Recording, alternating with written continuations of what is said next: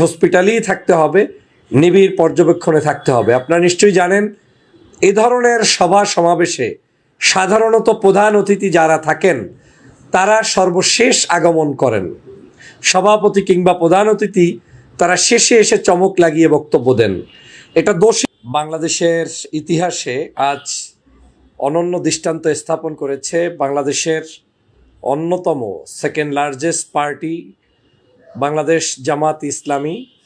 যে জামাত ইসলামী আজকে ঢাকার ইতিহাসে সর্ববৃহৎ সমাবেশ, লোক সমাগম এবং রাজনৈতিক সমাবেশ, সুশৃঙ্খল সুন্দর পদ্ধতির একটি সমাবেশ সমাপ্তি করেছে আজকের। সেজন্য সারা দেশের সকল জনগণকে জানাই আন্তরিক ধন্যবাদ, আগত সকল ভাইদেরকে জানাই আন্তরিক শুভেচ্ছা এবং অভিনন্দন, এবং আজকের এই আয়োজন বাস্তবায়ন করতে গিয়ে যারা কষ্ট করেছেন তাদের প্রতি কৃতজ্ঞতা জানাই। শুরুতেই যে ইনফরমেশনটি শেয়ার করতে চাই সেটা হচ্ছে ডাক্তার শফিকুর রহমান সাহেব, যিনি জামাতের আমির হিসাবে দায়িত্ব পালন করছেন। ওনার একটি ভিডিও আপনারা দেখেছেন যে বক্তব্য রাখা অবস্থায় তিনি পড়ে গিয়েছিলেন, লুটে পড়েছিলেন। দুইবার ট্রাই করেছেন, দুইবারই পড়ে গিয়েছেন। পরবর্তীতে তিনি তার ঐকান্তিক প্রচেষ্টায় আল্লাহর রহমতে তিনি বক্তব্য রেখেছেন। বসে বসে সেটা আরও বেশি জনগণকে আন্দোলিত করেছে, উদ্বুদ্ধ করেছে যে একজন বয়োজ্যেষ্ঠ মানুষ, তিনি অসুস্থ অবস্থায়ও জাতিকে ছেড়ে যাননি, মঞ্চ থেকে পালিয়ে যাননি, কিংবা অসুস্থ অবস্থায়ও চিকিৎসার কথা না ভেবে তিনি সেখানে বক্তব্য রেখে গিয়েছেন। আমি সেজন্য দেশবাসীর পাশাপাশি আমার ব্যক্তিগত তরফ থেকেও তার প্রতি কৃতজ্ঞতা ধন্যবাদ জানাই। এমন নেতাই হওয়া দরকার যেই নেতা তার কর্মী ছেড়ে যায় না, যেই নেতা তার শ্বাস প্রশ্বাস শেষ জীবনে শেষ সময় পর্যন্ত জনকল্যাণে আল্লাহর সন্তুষ্টির জন্য ব্যয় করেন। তার আপডেট হচ্ছে, আমি ব্যক্তিগতভাবে তার সাথে হসপিটালে গিয়ে দেখা করে এসেছি। আলহামদুলিল্লাহ তিনি এখন সুস্থ, তবে তার চিকিৎসার প্রয়োজন রয়েছে। ডাক্তার তাকে সুস্থ থাকলেও হসপিটাল থেকে রিলিজ দেওয়ার পক্ষে নয়। তাকে আরও হয়তো বেশ কিছু দিন কিংবা সময় তাকে হসপিটালেই থাকতে হবে, নিবিড় পর্যবেক্ষণে থাকতে হবে। আপনারা নিশ্চয়ই জানেন এ ধরনের সভা সমাবেশে সাধারণত প্রধান অতিথি যারা থাকেন তারা সর্বশেষ আগমন করেন। সভাপতি কিংবা প্রধান অতিথি তারা শেষে এসে চমক লাগিয়ে বক্তব্য দেন। এটা দোষের তেমন কোনো বিষয় নয়।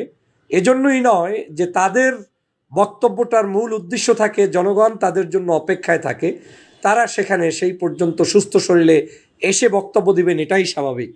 সমস্যাটা হচ্ছে জামাত ইসলামের আমির, তিনি যেমন একজন আমির, তিনি মনে হচ্ছে একজন কর্মী।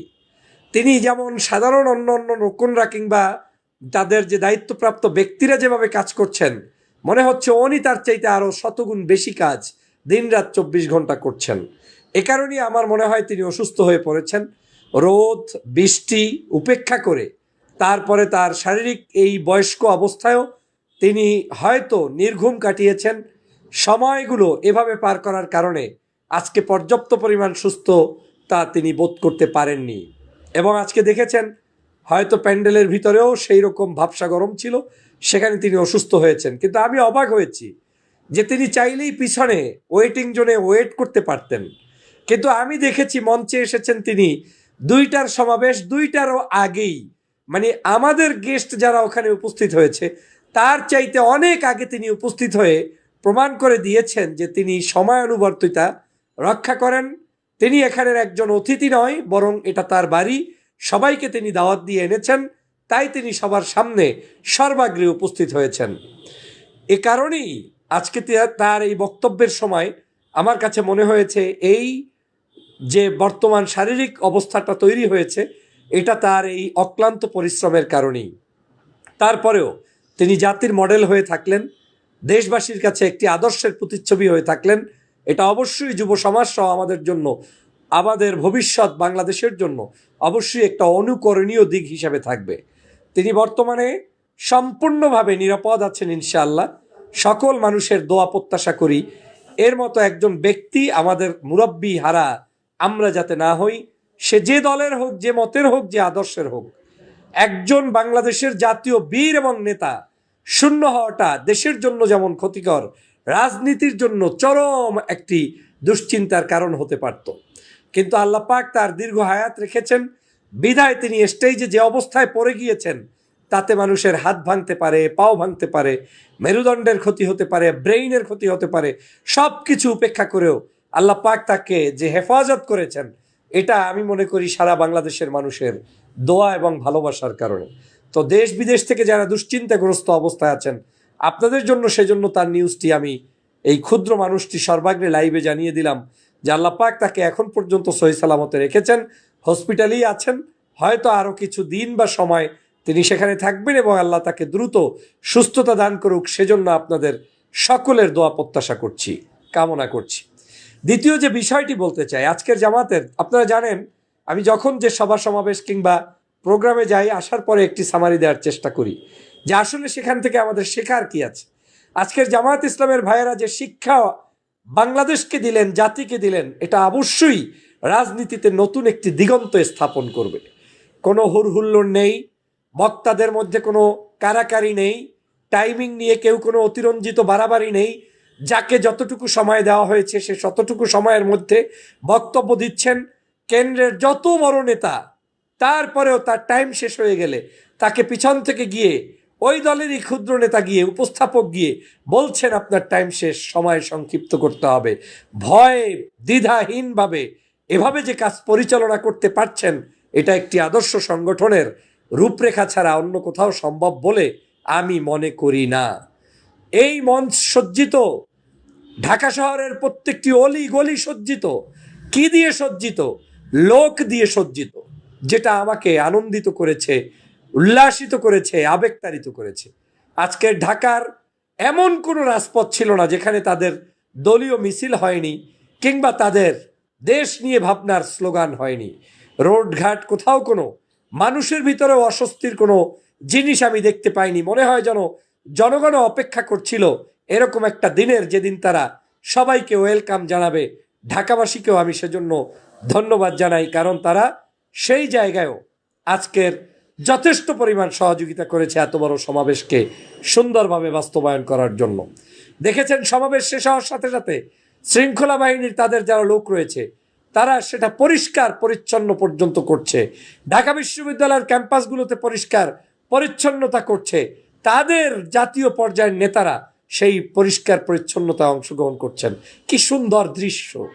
তাদের মাইক, শ্বাস সজ্জা, তাদের মানুষের আগমন, তাদের প্রত্যেকটি কার্যক্রম, গেট থেকে শুরু করে ম্যানেজমেন্ট থেকে শুরু করে, কোন অংশ রেখে কোন অংশ বলবো, আমি সবগুলো দেখে আবেগ আপ্লুত। এটা একটি আদর্শবাদী সংগঠন বিদায়ী তারা সেটা করতে পেরেছে। বক্তাদের ক্ষেত্রেও তারা তাদের সর্বোচ্চ স্যাক্রিফাইস করে তারা চেষ্টা করেছে বাংলাদেশের বিভিন্ন কর্নার থেকে মানুষগুলোকে ডেকে এনে একটু হলেও সময় দিয়ে সেখানে সবার সাথে সুযোগ করে দেওয়ার। সেজন্য আমি ধন্যবাদ জানাই আজকের এই আয়োজক কমিটি সহ সবাইকে। বিশেষ করে এত বড় একটি সুশৃঙ্খল প্রোগ্রাম, আমির জামাত অসুস্থ হলেন, মুহূর্তের মধ্যে অ্যাম্বুলেন্স হাজির, তাদের নিজস্ব ভলান্টিয়ার হাজির, তারা তাদের কাছে নিয়ে গেলেন। আপনারা দেখেছেন প্যান্ডেলের ভিতর থেকে তথা সোহরাওয়ার্দী উদ্যান থেকে বহু মানুষ অসুস্থ হলেন, তাদেরকে শৃঙ্খলা বাহিনীর লোকেরা নিয়ে যাচ্ছেন, ভলান্টিয়াররা নিয়ে চিকিৎসা দিয়ে দিচ্ছেন। আজকের এই অনুষ্ঠানটিতেও শহীদ হয়েছেন কয়েকজন ভাই, সম্ভবত 2 থেকে 3 জন ব্যক্তি আসার পথে অ্যাক্সিডেন্ট কিংবা একজন ব্যক্তি এই অনুষ্ঠান চলা অবস্থায় মৃত্যুবরণ করেছেন। আল্লাহ পাক তাদের জান্নাতের সুউচ্চ মাকাম দান করুক। আমার জীবনের দেখা যত বড় বড় সমাবেশে গিয়েছি কিংবা মাহফিলে গিয়েছি, আমি আজকের বলতে বাধ্য হচ্ছি, এই প্রজন্মের কাছে ইতিহাস সৃষ্টিকারী, ঢাকার বুকের সর্বোচ্চ ইতিহাস সৃষ্টিকারী এরকম সমাবেশ আমার চোখে এখন পর্যন্ত দেখা হয়নি। আমি শুনেছি শহীদ রাষ্ট্রপতি জিয়াউর রহমানের জানাজায় লোক হয়েছে, শুনেছি, তখন বাইরে ছিলাম। গোলাম আজম সাহেবের জানাজায় লোক হয়েছে, শুনছি। আজহারি সাহেবের মাহফিলে লোক হয়, দেখেছি। ইসলামী আন্দোলনের সমাবেশে লোক হয়েছে, দেখেছি। দেশনেত্রী বেগম খালেদা জিয়ার বিভিন্ন সাবেক প্রোগ্রামগুলোতে লোক হতো। আজকের প্রোগ্রাম আমার কাছে অনন্য উদাহরণ হিসেবে থাকবে। দলমতের ঊর্ধ্বে উঠে এই প্রোগ্রাম থেকে শিক্ষা অর্জন করার সুযোগ রয়েছে। দেখেন, রাজনৈতিক অনেক অনেক আলোচনা থাকে, সমালোচনা থাকে। আজকেও যখন আমিরে জামাত অসুস্থ, বিএনপির মহাসচিব মির্জা ফখরুল ইসলাম আলমগীর সাহেব কিন্তু ইতিমধ্যেই তার কাছে হসপিটালে গিয়ে দেখা করেছেন। আমরা হসপিটাল থেকে বের হয়েছি, তার 2-1 মিনিটের মধ্যেই সম্ভবত তিনিও প্রবেশ করেছেন। তার মানে হচ্ছে রাজনীতিতে আলোচনা থাকবে, বক্তব্য থাকবে, মতামত থাকবে, কিন্তু সৌন্দর্যতাও থাকতে হবে। যে সৌন্দর্যতা তারা স্থাপন করেছেন সেজন্য তাকেও ধন্যবাদ জানাই। আজকের বাংলাদেশের বিভিন্ন রাজনৈতিক দল, শ্রেণী পেশার মানুষরা এখানে উপস্থিত হয়েছেন, তাদেরকে ধন্যবাদ জানাই। এই যারা উপস্থিত হয়ে এত বিশাল একটি সমাবেশকে সাহসিকতার সাথে সাহায্য করেছেন, আপনাদের প্রতি কৃতজ্ঞতা। পুলিশ বাহিনী, প্রশাসন, বিভিন্ন ধরনের যারা এখানে উপস্থিত ছিলেন, আপনাদের প্রতি কৃতজ্ঞতা। সর্বোপরি এই সরকারের প্রতি কৃতজ্ঞতা।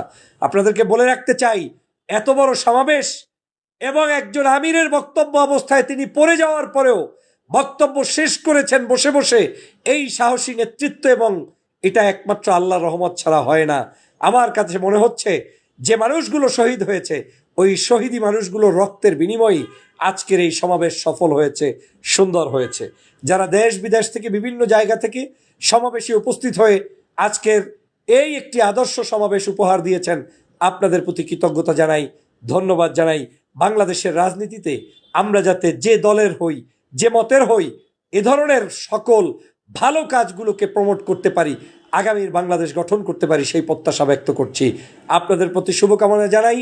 এবং আপনারা প্রিয় দর্শক, শুনছিলেন ডক্টর ফয়জুল হকের আলোচনা এবং বুঝতে পেরেছেন জামাতের আমির শফিকুর রহমান তিনি কেন এভাবে অসুস্থ হয়ে পড়েছিলেন মঞ্চে, এবং তিনি এক পর্যায়ে বসে বক্তব্য দিয়েছেন।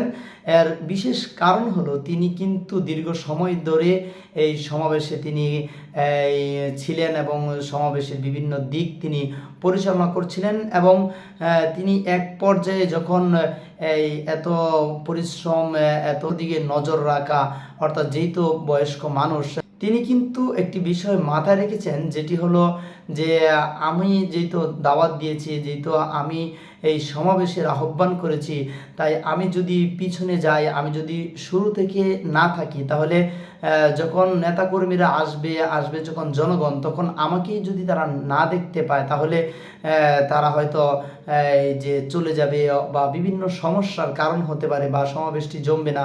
আসলে এটি একটি গুরুত্বপূর্ণ বিষয় ছিল যে শুরু থেকে শফিকুর রহমান তিনি সমাবেশে উপস্থিত ছিলেন, এবং এত লং সময় থাকার কারণে কিন্তু এক পর্যায়ে তিনি অসুস্থ হয়ে পড়েন। যাই হোক, জামাতে সমাবেশ থেকে এটি কিন্তু বোঝা যায় যে একজন আমিরের আসলে কিভাবে দায়িত্ব পালন করা দরকার, এবং তার ভিতরে কতটুকু এই মানুষের প্রতি মহব্বত দরকার, এবং কর্মীদের প্রতি তাদের কি করণীয়, এটি কিন্তু এখান থেকে বোঝা যায়। অর্থাৎ আমরা অতীতে কিন্তু দেখেছি বিভিন্ন রাজনৈতিক দলের যে প্রধান অতিথি থাকে, তারা সবার লাস্টে আসে এবং তাড়াহুড়া করে কিছু বলে, এবং এমনও দেখা যায় কিছু কিছু অতিথি আসার পরে যখন তিনি বসতে জায়গা না পান, এবং তিনি যখন আসে, যখন কর্মীরা ভিড় করে রাখে, তখন কর্মীদের উপর হাত তোলা পর্যন্ত পড়ে। তবে সেটি কিন্তু জামাতের সমাবেশে দেখা যায়নি।